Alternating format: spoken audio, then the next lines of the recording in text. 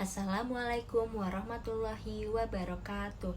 Yang saya hormati Bapak Sakdun selaku dengan dosen mata kuliah Pendidikan Agama Islam. Saya Maura Davina Salsabila dengan NIM 43122010217, dan di kesempatan kali ini saya akan menjelaskan tentang kisah sahabat Nabi yaitu Talha bin Ubaidillah. Talha bin Ubaidillah atau nama lengkapnya adalah Talha bin Ubaidillah bin Utsman bin Ka'ab bin Sa'id, lahir di Mekah pada 594 Masehi. Beliau adalah salah seorang sahabat Rasul dari suku Quraisy yang termasuk dalam as-sabiqunal awalun atau orang-orang yang pertama kali masuk ke Islam, termasuk orang yang dijanjikan juga masuk surga karena perjuangan yang memeluk dan menegakkan syariat Allah Subhanahu wa taala.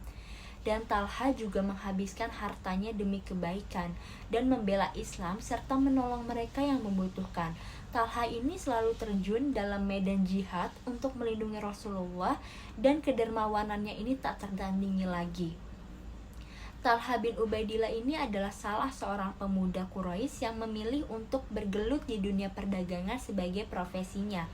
Dan pada suatu hari, rombongan dari Talha bin Ubaidillah ini pergi menuju ke Syam untuk keperluan berdagang. Sesampainya di Bushra, terdapat seorang pendeta yang berseru-seru mengabarkan kepadanya tentang kedatangan seorang nabi bernama Ahmad putra Abdul Muthalib. Dan pendeta itu pun menasihati Talha bin Ubaidillah ini untuk segera menemui Rasulullah. Dan ia bergegas kembali ke Mekah dan bertanya peristiwa yang terjadi. Ketika sesampainya di sana, dia langsung bertanya kepada keluarganya, adakah sesuatu peristiwa yang terjadi selama aku pergi?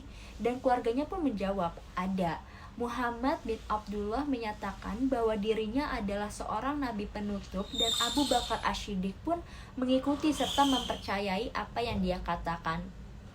Dan dia pun segera mencari keberadaannya Abu Bakar untuk menanyakan kebenaran hal tersebut. Dan Abu Bakar pun membenarkan pernyataan yang diberikan oleh Talha. Dan Talha pun mengucapkan kalimat syahadat di hadapan Rasulullah SAW dan memeluk agama Islam sejak saat itu hingga akhir hidupnya. Dan karena masih begitu ditentang oleh kaum kafir Quraisy, peristiwa masuk Islamnya Talha pun membuat keluarganya begitu terkejut dan marah. Orang-orang dari satu sukunya dan keluarganya berusaha dengan keras mengeluarkan Talha dari Islam. Tetapi keimanannya ini sangat kuat dan tidak goyah meskipun banyak rintangan. Beliau tetap berpegang teguh memeluk agama Islam. Dan Talha ini juga disebut sebagai perisai Nabi Muhammad SAW dan memiliki nama julukan Asy-Syahid Hayy atau syahid yang hidup, diperolehnya dalam perang Uhud. Dan pada perang Uhud ini, Talha bin Ubaidillah serta 11 orang Ansyar melindungi Rasulullah dengan mengantar beliau menuju ke atas bukit.